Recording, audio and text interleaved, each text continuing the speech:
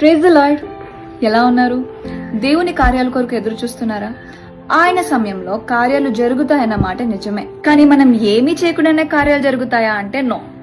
మనం చేయాల్సింది కూడా కొంత ఉంది. కానాను విందులో నీటిని ద్రాక్షరసంగా మార్చిన సినారియో మనందరికీ తెలిసిందే. మనం సరిగ్గా అక్కడ కాంటెక్స్ట్ చదువుకున్నట్లయితే ఆ ద్రాక్షరసం అంతా రాతి బాణల్లో ప్రిజర్వ్ చేయడం జరిగింది. ఆయన సమయం వచ్చినప్పుడు మనం చూస్తాం కదా, దేవుడు శిష్యులతో ఆ బాణెలను నీటితో నింపమని చెప్తారు. నోటి మాటతో సర్వ సృష్టిని సృజించిన దేవునికి 5 రొట్టెలు 2 చేపలు 5,000 మందికి సరిపడా భోజనంగా మార్చిన దేవునికి ఖాళీ అయిపోయిన రాతి బాణెల్లో ద్రాక్షరసాన్ని ఊరింపజేయడం పెద్ద మ్యాటర్ ఏం కాదు. అలాంటిది దేవుడు ఆ రాతి బాణాల్లో నీళ్లను ఎందుకు నింపమన్నారు అనే విషయం వెనకట్లే మనం నేర్చుకోవాల్సిన పాఠం ఒకటి ఉంది. ఆ రాతి బాణాలు ఎవరో కాదండి, మనమే. బాణెల్లో ఉన్న ద్రాక్షరసాన్ని విందులో అందరికీ సర్వ్ చేసిన తర్వాత ఆ బాణెలు ఖాళీ అయిపోతాయి కదా. మనలో కూడా కొంత ఎనర్జీ, కొంత పవర్ అనేవి ఉంటాయి. మన చుట్టూ ఉండే మనుషుల మీద, మన పరిస్థితుల మీద మనం ఆ ఎనర్జీని, మనలో ఉన్న ఆ పవర్ ని ఇన్వెస్ట్ చేసినప్పుడు ఆ రాతి బాణల్లాగే మన హృదయాలు కూడా ఒక్క టైంలో ఖాళీ అయిపోతాయి కదండి.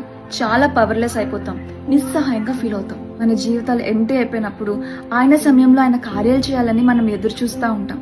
కానీ దేవుడు మాత్రం ఖాళీ అయిన రాతి బాణల్లో నీళ్లను నింపిన తర్వాత ఆశ్చర్యకార్యాలు ఎలా చేశారో మనం కూడా మన హృదయాలను దేవునికి సమర్పించినప్పుడు ఆశ, నిరీక్షణ, విశ్వాసం అలాంటి వాటితో నింపి ఆయన చేతికి అప్పగించాలని కోరుకుంటారు. మన ఖాళీ హృదయాలు కలవరమే లేని హృదయాలుగా మార్చబడ్డానికి దాన్ని నిరీక్షణతో నింపి దేవునికి ఇవ్వడం అనేది అంత ఈజీ టాస్క్ కాదని నాకు కూడా తెలుసు.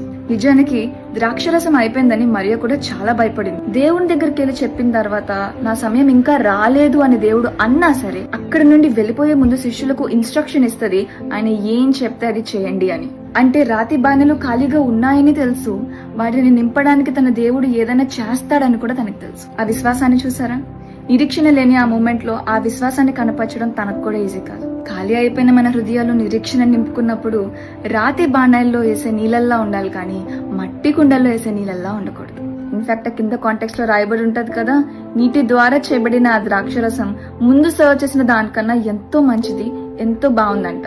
కోల్పోయిన వాటిని బట్టి, మీరు వెళ్తున్న పరిస్థితులను బట్టి, మీ చుట్టుపక్కల ఉన్న మనుషుల వల్ల మీలో ఉన్న సంతోషం, సమాధానం ఈ రోజు ఖాళీ అయిపోయాయా?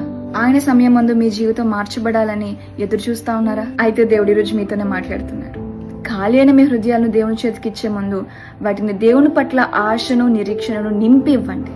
ఆయన కాలం ముందు, ఆయన సమయం ముందు మీ నిరీక్షణ నిజంగాను, మీ ఆశ నుండి దేవుడు అద్భుతాలను చేస్తాడు. అండ్ దేవుడు ఒక్కసారి కార్యం జరిగించాడంటే అది ఖచ్చితంగా మనం కోల్పోయిన దానికన్నా శ్రేష్టమైనదై ఉంటుంది. సో ట్రస్ట్ మీ నిరీక్షణ మిమ్మల్ని సిగ్గుపరచదు.